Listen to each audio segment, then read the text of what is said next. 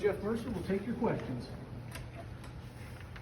Jeff, Maryland got off to big starts both games this weekend. How much do you feel like that put your guys in a position where, they couldn't relax and they had to press a little bit to try to get back in it? Well, I mean, they're a really good offense. We had our chances there, and obviously that balloon's there late, right, where they have the big eighth, and Right.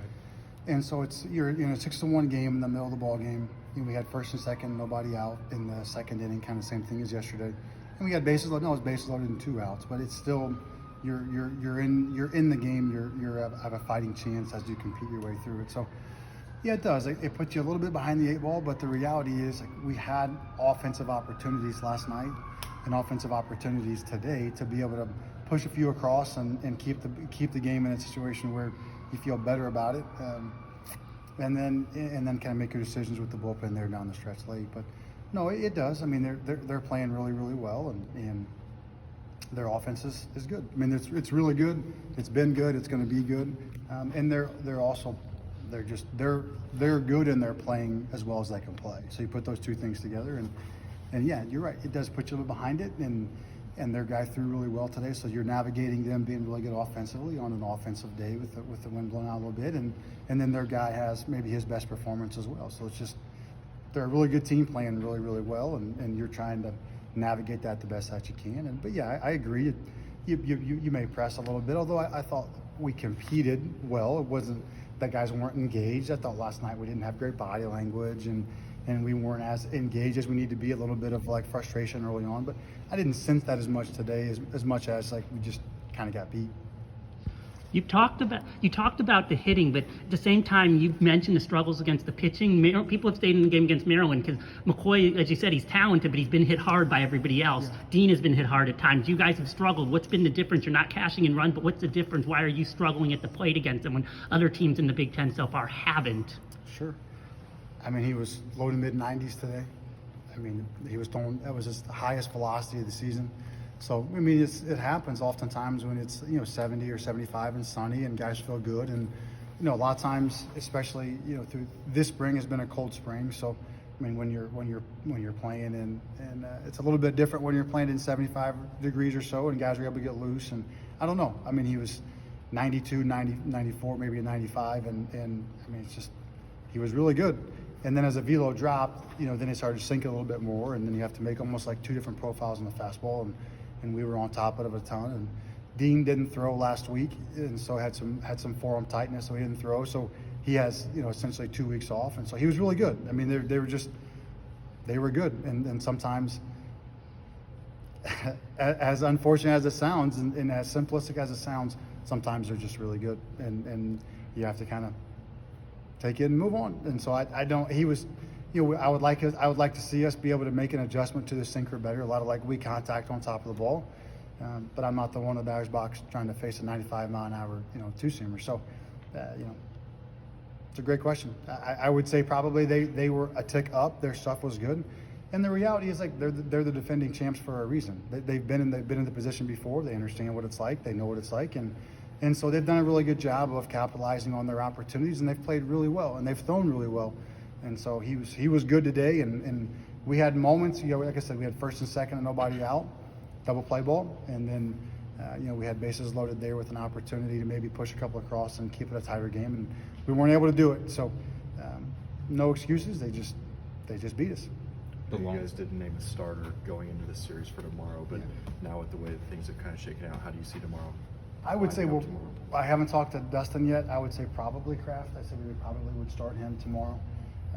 And kind of see where it goes from there, but that's not 100%. I just need to talk to Dustin beforehand. And then, but you've got Yoho and you got Foley, so you feel like you're in a fine position for tomorrow. And we went to Phillips. He was kind of the plan there for us second. If it was like 2, if we were down 2 or more, to go to Phillips. And obviously Ethan's been really good. He's coming off being the conference pitcher of the week, and Sennard, on a positive, Sennard's stuff was the best it's been since we were at Texas. So. Back up to 92, 94, and had good stuff. He 2 2-run homers, and they can score in bunches. But he was really good, so that was good to see his body recover this week and respond. And Ethan had the big inning there, but whatever happened on some of those plays. But they were just good. They have put good swings on it. They're playing really well. They're a good team who's just on it right now. And I thought Luke Hayden's stuff was better. We've been trying to work on a cutter with him, and he landed a couple good ones, and the velo was good. So just got to go back after it. Yesterday and today, you guys haven't really been able to get deep into Maryland's bullpen, which you said was a key coming in. Why is that? They've been really good. Weak contact and leverage counts. You just can't have weak contact consistently in leverage counts. Yesterday it was more through like the a little bit of ride on the fastball and the changeup, and today it was just you had a really good action on the fastball.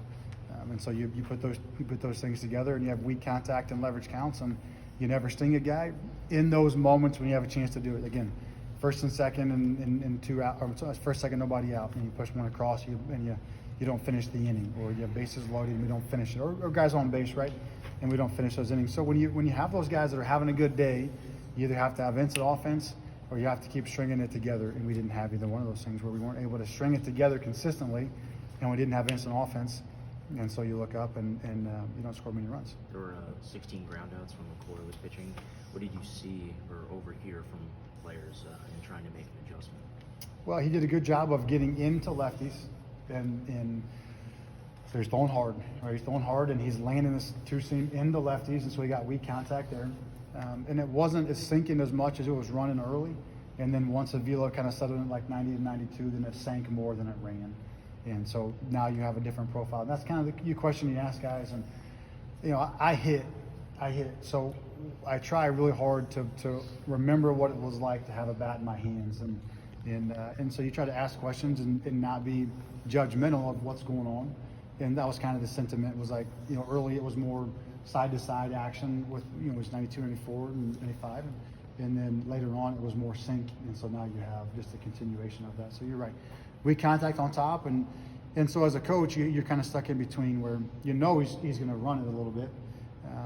But do you tell a guy to try to get to the middle of it, try to get to the bottom of it, right? Try to get the ball. You try to tell a guy to get the sinker up and be able to hit the ball hard, and you hope that by the second time or second at bat or the second time you see the pitch, you're able to make an adjustment.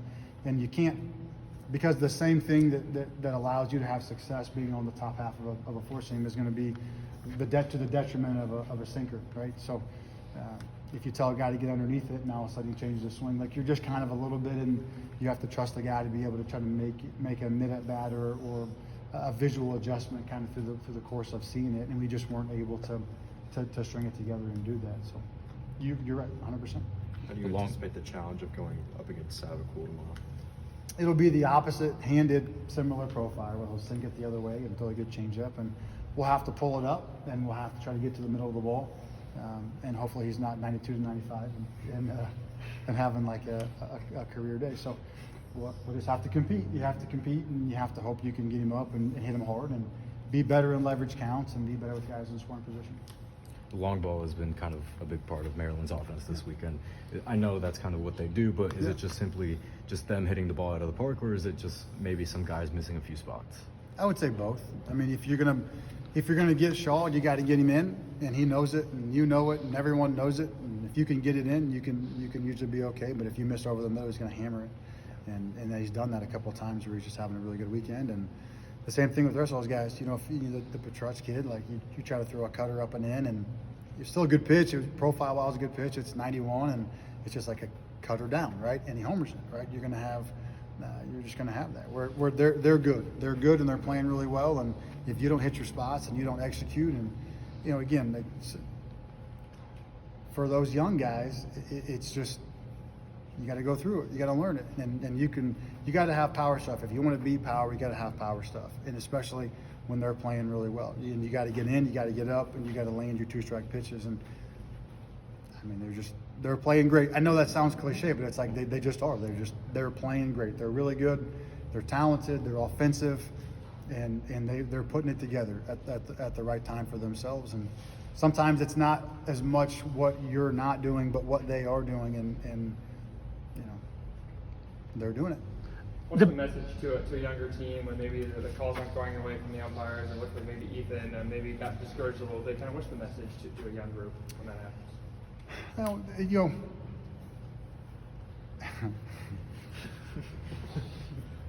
told him, I told them a couple of stories, but all good stuff. Like they're just going through it. You know, we've talked all season, and we've talked about being a young team and going through it and learning all that kind of stuff. And you know, I remember a couple of years ago when we were playing against Maryland to finish the season, and it was kind of like the winner take all. Like the winner kind of goes to the postseason a couple of years ago. And a lot of those guys were on that team, right? Those young guys were on that team, and they won the series and ended up going to the postseason. And so they've been through all that stuff. You know, they found a way to get to the postseason late. They scrapped their way in, and then, you know, all those guys came back, and they went through it last year. They won it and hosted a regional. They've been it. Like, they've just been in the fight. And so I just told the guys, like, they've been in the fight, and we're going through that. Like, we're going through our learning moments. It's the first time for this group. I have a couple upperclassmen, but for the most part, this is their first time as a group going through like a chase like that, right? Going through down the stretch and all those different things. And what you have to learn is like one day is one day and one game is one game. And sometimes you're the windshield and sometimes you're the bug, right? And so that kind of happens. And so, you know, I kind of talked about that a little bit. You know, I told them like my favorite Mike Tyson quote is like, everybody's got to play until they get hit in the mouth, right? And then all of a sudden, doesn't seem like quite as great of a plan as it did when you lined it up. So you just have to pick up and move on. Like there are greater tragedies in the world than getting your butt kicked in a baseball game, right? We're gonna wake up tomorrow morning, you know, God willing, and the sun's gonna come up, and we're gonna have a day to go play a baseball game. So it's like there are people that are facing real problems in the world, and as much as I want to win and we want to win, and I know that you know, everybody's dependent upon winning and all that kind of stuff. It's like, it is what it is. It's one day, and so pick up and move on. If you want to compete for a Big Ten championship, you got 10 games left. You have every opportunity to do that, right? They're playing great, and they may play like that again tomorrow. But I can't imagine that anybody can play as well as they're playing every day for the rest of the season. So it's like, all right, move on, right? And so you want to have a chance to compete. You have a chance to compete the rest of the season. You want to have a chance to compete to win a Big Ten championship in that tournament. You can do that. You want to have a chance to compete in the postseason and make a run to Omaha, like you can still do that, right? It's just you can't allow one day to have like we were 14-2 in 2 run or less games. These guys are tough. They've competed. They found a way to win against all odds. Like you're the preseason 6th or 7th team in the league. We finished 8th last year. You're playing, you know, 10 or 15 freshmen and sophomore every day. It's like they're doing a really good job. At some point, we were going to get hit in the mouth. At some point, like. The house of cards was gonna crumble a little bit, and we were gonna have to pick it up and problem solve and move forward. So okay, so it happened to be this weekend to this point, but it doesn't have to be that way tomorrow. It doesn't have to be that way moving forward. So just that message, you know, it's like we've all been there. It's life. Move on, pick up, and go forward, and make an adjustment, and let's be better tomorrow. That kind of thing. Clearly to us, you know, and the fans who have been here, they know you're much better this year and that it's been a huge step forward. You're getting national attention. But what do you say to the fans who maybe tuned out after last year or are here for the first time, you know, this weekend? The crowds have been much bigger to stick with you after maybe they haven't been in a year and then they see this. How do you message to them? Well, I certainly appreciate obviously the support and the fans and the encouragement, and you know, I would say that most folks can they've been through it. If you played sports, if you watch sports, if you have kids, right, and you're living in this world every day, you can look around and say, hey, these guys have had a good season. They're doing a lot better. It was a bad, you know, not a good day yesterday, not a good day today, but pick up tomorrow and go play. But you know, it's different when it's personal. It's different when it's like I grew up here. It's like I look up and there's 20 people from my family here today, right? You know, my high school football coach comes to the games. Like my high school teachers are here. There ain't nobody that cares more about this place and cares more about this program than I care about this place. And so I also know what these guys have done to put themselves in this position. I also know how hard it is to do it the way that we've done it, where it's like you're going to go through the tough stuff with the ultimate vision of being able to compete at the highest level of not just this league, but in the country. And to do that, like we talked about a million times, you have to go get really good young players. You have to go through the tough stuff. You have to grow up. You have to invest. You have to develop, and you have to find your way to becoming a great team through the process of doing that. So I would say, if you know, I appreciate you coming, and I'm very, very supportive, and I'm very appreciative of your support, their support, and we'll just keep getting better. But 1 or 2 days is not going to define the season, and you know, we'll move forward. There were technically 2 errors, but in general, the defensive play was pretty solid. What Yeah. do you take from that, and do you agree with that? Yeah. What was which one? The bobble pickoff? in left field and the pickoff. Yeah, the bobble in left field. He tried to throw it before he had it in the pickoff. But yeah, we've played good defense throughout the course of the season. You know, we were athletic enough to really defend. You know, Tyler Cerny made a great play up the middle, and Glasser made a couple really good plays in the 6-hole. So when you're looking at it as a coach and you're trying to evaluate the game and what do I need to do better, what do we need to do next to navigate. Yeah, a big part of it is like, where are we at defensively? Are we still engaged? Are we still making good plays? And we did throughout the course of the game. So we took care of the ball. We were engaged. We were competitive, and you know, that has to be obviously a staple of a successful team, and it was today. So I agree. You can learn more about where your team's at, and I think in the way that you play defense, because it's not always the most glamorous thing in the world to go out there and pick up a ground ball or get in front of a line drive or hit the cut or any of those things. So we stayed locked in, we stayed engaged, and took care of the ball. You're exactly right. You've mentioned a couple times this year that it's important to test yourselves as a young team. Do you think in a few weeks you'll be able to look back on the series and say it made you guys better? 100%. And that's where, you know, as a coach, like that's where, like, my mind is as a coach. You hit the nail on the head there, where it's like, okay, you want to compete at the level, then you're on the field with the guys who won it last year and hosted a regional and have been top 25 for most of the year. And so you get on the field with them and you learn how to play, right? You learn how to compete. Okay, so we weren't there yesterday, we weren't there today. So how do we do it for tomorrow? And you just have to live and learn, and you harden yourself to those experiences. And just like the example we talked about, you know, last week, where we got drilled at East Carolina. We got drilled, right? Run off the field. And we picked up after that and won a bunch of games. And it made us better over the long run of the season. And so sometimes those things happen. You look at, you know, I talked to him about the last 2 national champions. You know, Ole Miss wasn't in a great spot last year, about halfway through the year. And they picked up and moved forward and go on to a national championship, right? You know, Mississippi State, you know, Greg down there can speak, you know, firsthand to that, where it's like you get beat, they get 2 and Q'd in the conference tournament 2 years ago, and they pick up and run off and win a national championship. So it's like what you can't do is have like massive pendulum swings of emotion, and it's like, you just pick up and move on. But I told the guys, failure provides far more feedback than success does. And sometimes when you don't fail, and you never want to fail as a coach, right? It's always like, let's just find a way to win this game. Let's just find a way to win this game. But sometimes when you don't fail, all of a sudden you don't have as much opportunity to learn from it as you do when you lose a game here or there, when you get your butt kicked a little bit. And again, I want to win every game. Everybody wants to win every game. We're doing everything we can to win every game. But you learn a lot more. You get a lot of feedback, and it hardens you. It toughens you. And these guys have been through it before. They've been through the roller coaster. There were times last year where we were on a roller coaster, obviously. And so they've been through it. They'll be fine. They'll pick up. They'll move on. We'll compete. And we'll have our day again. It just wasn't going to be today.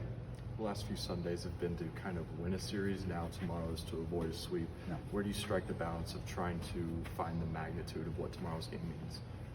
It's just one day. It's just one day. I try really hard not to give like huge pregame speeches, because it's like, if only this game matters, then the other games don't matter.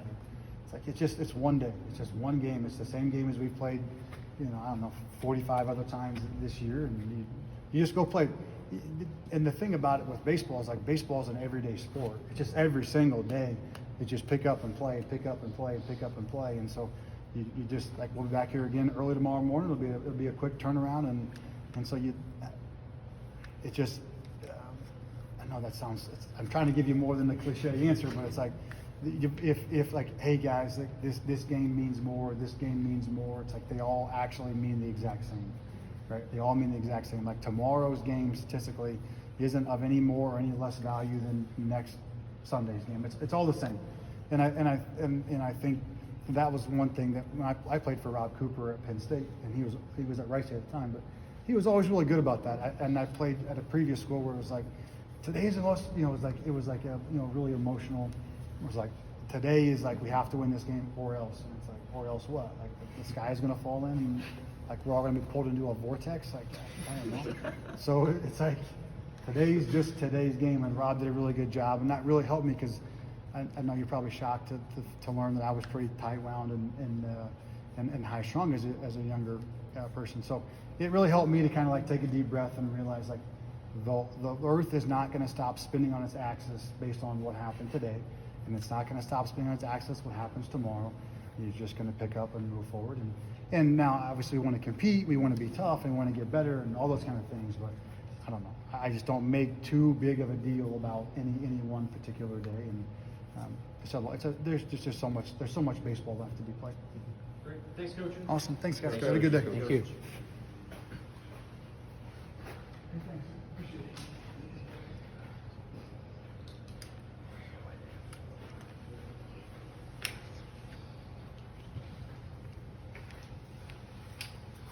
Philip Glasser. Philip, we talked a little bit with Coach about defense in particular, and that despite the rough results of the game, the team, yourself included, made several really good plays. What does that mean to you? What are you seeing from the rest of the team? I think it shows the maturity of our group. We just never stopped playing defensively. Obviously, offensively hasn't been going how we wanted to the last 2 games, but to keep our head straight and not let that go into our defensive play, I think that shows a lot about our team. Philip, as a left-handed batter, I guess what did you see from Kyle McCoy today? Yeah, he had a good two-seam early on, and then it kind of turned more into a sinker as he lost a little bit of velo, but worked both sides of the plate, kind of threw what we were expecting, but we just didn't get the hits. McCoy's been hit hard by everybody so far. You were the first team not to hit him hard this year. What was different? I mean, you kind of mentioned it, but what was different that he did to you guys that he hasn't done the other season as someone, rest of the season as someone at the plate who was taking his pitches? Right. Yeah. Some guys, they don't have whatever it was with whoever he pitched against before. But I know today when I saw him, he was pretty good, and we've hit a lot of really good pitchers, and then sometimes it's just baseball. So it's tough to point your finger at one thing, but I just know today that we just didn't execute, and he had a good game. Yesterday it was more of a strikeout heavy approach from the Maryland pitchers, and then today 16 groundouts from McCoy. What was kind of the difference and the challenge of facing the two? We're just on the top of a lot of pitches from him, and Dean, we're just kind of pulling off of him, and just that's pretty much it for those two guys. How difficult is it when Maryland jumps on you guys in the first inning yesterday? They got the home run in the first inning today. Changes the leverage of everything you're doing. It didn't look like it affected you guys in your physical play, mistakes or anything, but mentally, what does that do when you're having to fight from behind from jump? Yeah, I mean, we've been down in a lot of games early on and came back and won. So I think collectively in the dugout, no matter what the score is before like the 7th inning, we know we're going to be in the ball game one way or the other. Obviously, the last 2 games got away from us, but there's been a lot of games this year that we've been able to come back and just know that it's 27 outs, and they have to get us out 27 times. So just trying to, when they go up early, try to limit the damage and give ourselves a chance. It's not often that you guys have dropped the first 2 games in a series. What was kind of the mood like in the locker room after? Yeah, obviously disappointed. It was a big series going into it, but it's baseball sometimes, and it's tough to win every series throughout 60 games. And luckily we've been very good the last.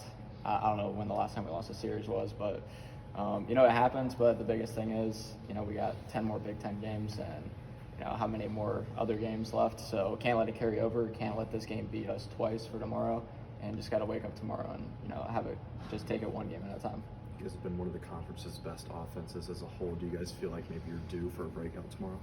I don't know about due. I think you just kind of show up, you do the same thing, and then whatever happens, and you don't hit the panic button or anything. And obviously we're a good offense, and we just haven't showed it the last 2 games. But you just show up, put the work in, and whatever day that is, then it's that day. But I don't know about the due or whatever. With how deep your lineup is, does it take any pressure off of you at the top of the order? Yeah, absolutely. Everyone can change the game in our lineup, which is really helpful, because it's always going to be someone's day. It feels like the Iowa series, the Iowa State series, it's always someone else like every game. So how deep our lineup is, it's really good, and just for the long run, that's why I know that we're not going to get held down. The last 2 games we haven't been swinging it, but how deep our lineup is and all those guys that can hit, we're gonna figure it out. How do you guys stay grounded when there are a lot of contentious calls? Yeah, obviously you gotta respond and not react, and we can't control what the umpire calls, and we're not umpires, right? We're players, so we just gotta, whatever they call, we just gotta move on, agree or disagree, but the next pitch is coming. You have Sabaco tomorrow, I guess, knowing that he's probably one of their top guys, I guess, and you're down in the series. How do you prepare for that mentally? I think we'll put a good scouting report together, like we always do, and then come out with a plan and just try to execute it. You mentioned not letting this game beat you twice. You guys have been tabbed as kind of a player-led group. What's kind of the message that you anticipate being tomorrow from kind of the guys in the locker room? Yeah, although we lost the series, it's just like, the last 3 weeks of Big Ten play when we lost Friday, came back, won Saturday and Sunday.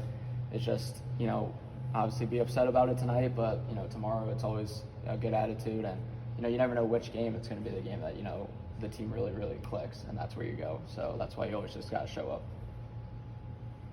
Anything else? If not, thanks, Thanks, Coach.